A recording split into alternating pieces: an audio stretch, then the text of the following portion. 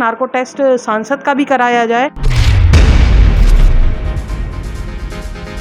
नमस्कार, आप देख रहे हैं आज का सच। और आज हम आप पहुंचे हैं आम आदमी पार्टी के कार्यालय पर और हमारे साथ मौजूद हैं पूर्व मेयर प्रत्याशी मोनिका थापर, जो मौजूदा जिला उपाध्यक्ष हैं।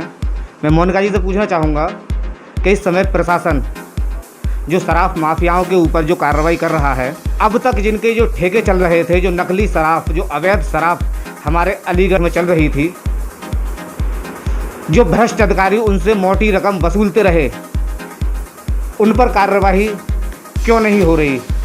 और क्या आंकड़ों को लेकर भी कोई बात सामने आई है? आंकड़े छुपाए जा रहे हैं। सीएमओ साहब कहते हैं 36 हैं, डीएम साहब कहते हैं कि 30 है, और आप देखिए बीजेपी के सांसद कहते हैं कि 60 लोगों के पोस्टमार्टम हो चुके हैं, लेकिन आंकड़ा देखा जाए तो 100 से ऊपर है। कल ही देखिए आप यहाँ पर जो तालाब में से, नदी में से जो वो उठाकर पी गई है शराब, उसी में 17 लोगों की मौत हुई है।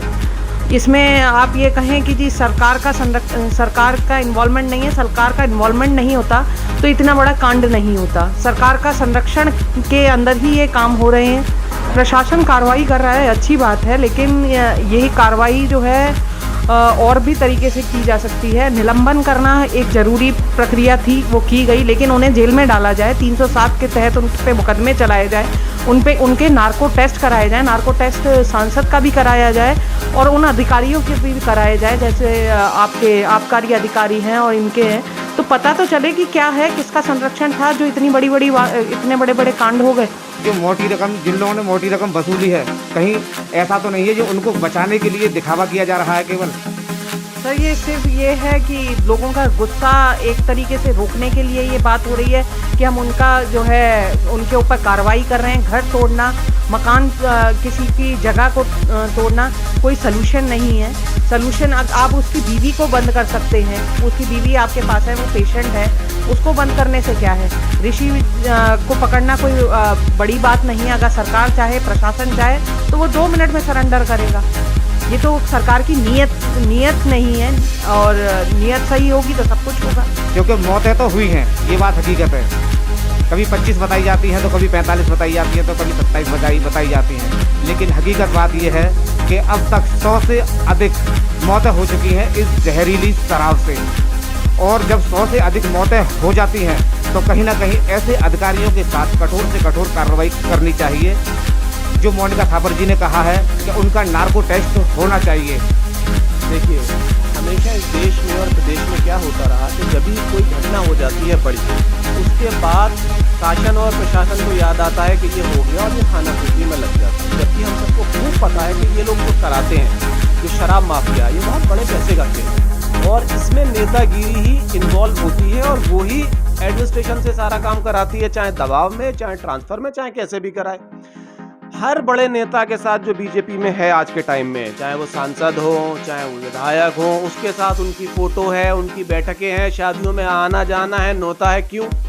अब आज के टाइम में सांसद जी जो कह रहे हैं कि साहब डीएम साहब की गलती है, क्यों? फोटो तो तुम्हारे साथ है, डीएम साहब की क्या गलती है?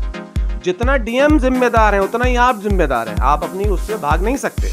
जब वो बीजेपी की पार्टी के कार्यकर्ता हैं, उनकी जो बीवी हैं वो बीजेपी की कार्यकर्ता हैं, उसके बेटा को वो चाह रहे थे कि आगे ले जाके बीजेपी का नेता बनाएंगे, तो जिम्मेदारी बीजेपी की क्यों नहीं होगी? जिम्मेदारी बीजेपी की भी होगी और जिम्मेदारी उस आदमी की भी होगी जो ये बात समझता है कि आज के टाइम में कि जब कोई इस चीज के लिए आता है, आप उस गांव की एक औरत ने 30 तारीख को प्रशासन को लिख के दिया कि यहाँ पे कच्ची शराब बन रही है और उसका भाई मर गया, ये पहले की घटना है, उसके ऊपर प्रशासन ने कोई भी एक्शन नहीं लिया। तो प्रशासन खुद जो है वो घटनाओं को होने देता है, उसके बाद जब हो जाता है और सामाजिक प्रेशर पड़ता है, तब ये उसे लीपापोती करने में लग जाते हैं। और हम और आप भी जब कोई घटना हो जाती है तो हम एकदम से आ जाते हैं, हाया करने लगते हैं, थोड़े दिनों के बाद हम भी भूल जाएंगे, आप भी भूल जाएंगे और एक नया मुद्दा आ जाएगा।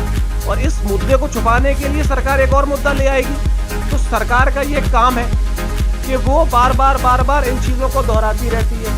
और ये घटना कोई नई नहीं है, ये 5 अलग अलग जिलों में एक साथ हुई है, कहीं ज़्यादा मरे हैं, कहीं कम मरे हैं।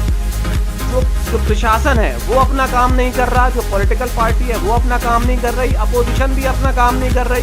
अपोजिशन का भी जो काम होना चाहिए वो नहीं करती। तो हर आदमी जिसका जो काम है इस सामाजिक ताने बाने में, वो अपनी भूमिका का निर्वाह सही से नहीं कर पा रहा, इसीलिए ये सब आज की तारीख में हो रहा है। क्या मत है आपका? अच्छा, किस तरह की कार्रवाई करनी चाहिए सर? कार्रवाई तो ये तो देखो, जितनी लोग मृत्यु हुई है जहरीली शराब पे, इनके खिलाफ 302 120 मुकदमा में पंजीकृत होना चाहिए और इन्हें जेल भेजना चाहिए।